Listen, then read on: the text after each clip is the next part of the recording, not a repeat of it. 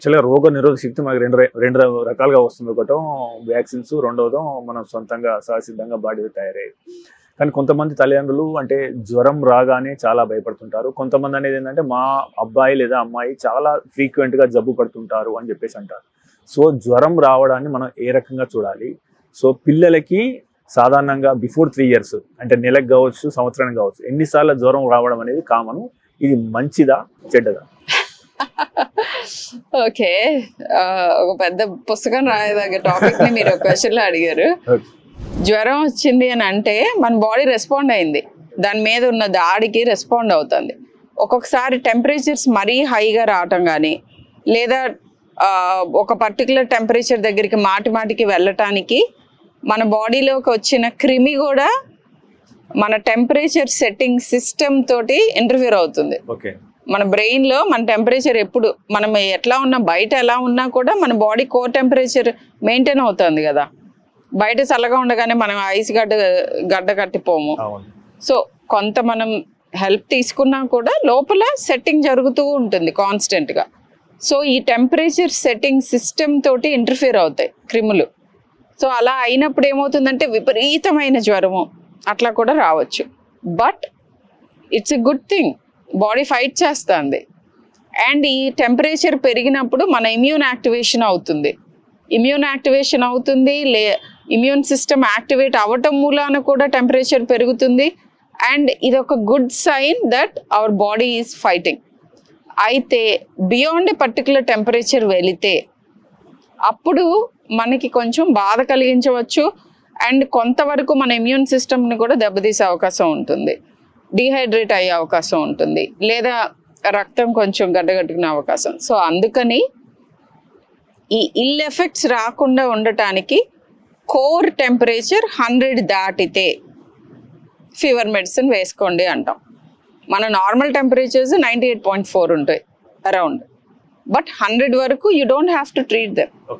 100 దాటిన తర్వాత అది మనకి ఇబ్బంది కలిగిస్తుంది, మన బాడీలో జరుగుతున్న అన్ని ప్రక్రియలని కొంచెం డిస్టార్ట్ చేస్తుంది. అందుకని ఆ టెంపరేచర్ని ట్రీట్ చేయమంటాం. అయితే పిల్లల్లో అసలు జ్వరాలు రాకుండా a child, a being, probably యానిమల్స్ని చూస్తే వాటిలో కూడా వస్తూ ఉండొచ్చు, పెరగటం అనేది జరగదు. ఎందుకంటే నేర్చుకుంటుంది మన బాడీ ఈ క్రిమితో ఫైట్ చేయటం ఎలా.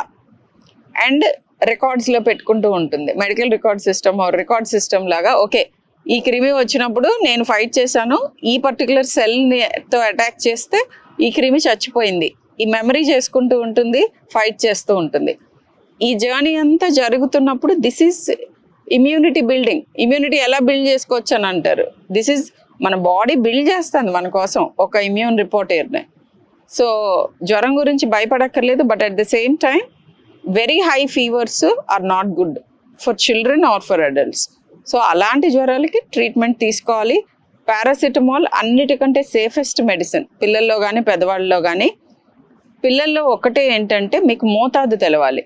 ఎక్కువ మోతాదులో ఎక్కువ సార్లు అంటే పర్ డే ఇన్ని మిల్లీగ్రామ్స్ అనేది ఉంటుంది మన బరువు బట్టి. ఆ మోతాదు దాటితే కనుక ప్రాబ్లమ్స్ వస్తాయి, లివర్ మీద ప్రాబ్లమ్స్ వస్తాయి. సో మీ పీడియాట్రిషియన్ అడిగి ఎంత పారాసిటమాల్ ఎన్నిసార్లు తీసుకోవచ్చు అనేది మీరు ఫస్ట్ అది కన్ఫర్మ్ చేసుకోవాలి. అండ్ అది ఓవర్ ద కౌంటర్ ఇవ్వచ్చు, ప్రతిసారి మీ డాక్టర్ దగ్గరికి వెళ్ళక్కర్లేదు. అంటే ఇంకోటి మేడం, అసలు టెంపరేచర్ 100 ఉంది అని తెలుసుకోవడానికి థర్మోమీటర్లు వాడతాం. సో అంటే అక్కడ ఒక మిత్ ఉంది. సో టెంపరేచర్ ఎలా మెజర్ చేయాలి?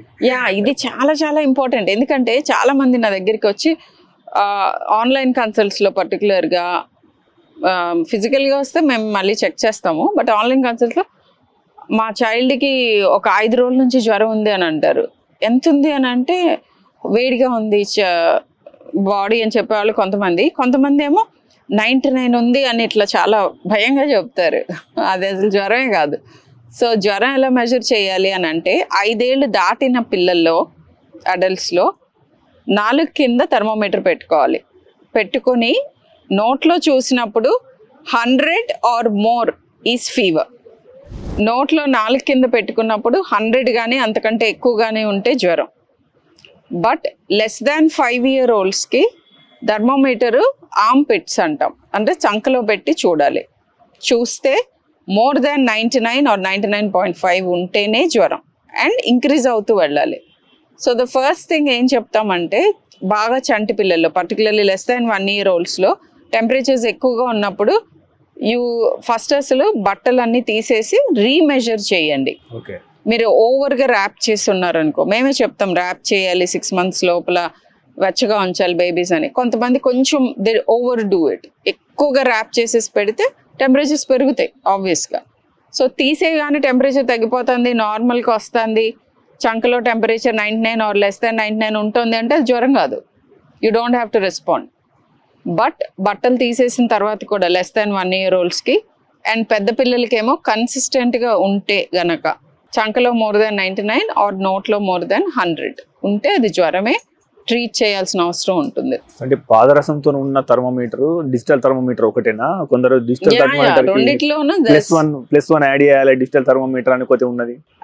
నేను ఇప్పుడు చెప్పింది ఆర్మ్ పిట్ లో చూసింది 99 అండ్ నోట్లో చూసింది 100 అన్నాను. సో ఆర్మ్ పిట్ లో ఉన్నదానికి మనం 1 యాడ్ చేస్తే 100 వస్తుంది కదా. సో అందుకే నేను ఆ డిఫరెన్స్ చెప్పింది. సో చంకలో చూసినప్పుడు 99 కంటే ఎక్కువ, నోట్లో చూసినప్పుడు 100 ఆర్ మోర్. అండ్ అన్నీ కూడా మర్క్యూరీ థర్మోమీటర్స్, డిజిటల్గా డిస్ప్లే ఉంటుంది అంతే. So digital display is easy చూసుకోవటానికి, బట్ ఈజీగా స్పాయిల్ అవుతూ ఉంటాయి థర్మోమీటర్స్. కానీ అందరూ ఆ ఓల్డ్ మర్క్యూరీ కాలంని రీడ్ చేయటం అది చాలామంది చేయలేరు. అది సింపుల్ థింగే, బట్ అలవాటు తప్పిపోయి చాలామంది ఈ రోజుల్లో చేయలేకపోతున్నారు. సో మీకు ఏది కన్వీనియంట్ అయినా పర్వాలేదు, బట్ మీకు కరెక్ట్ రీడింగ్ తెలవాలి. మీరు తీసుకునే అదే మందులు, అదే నాణ్యమైన మందులు, కానీ సగం ధరకే.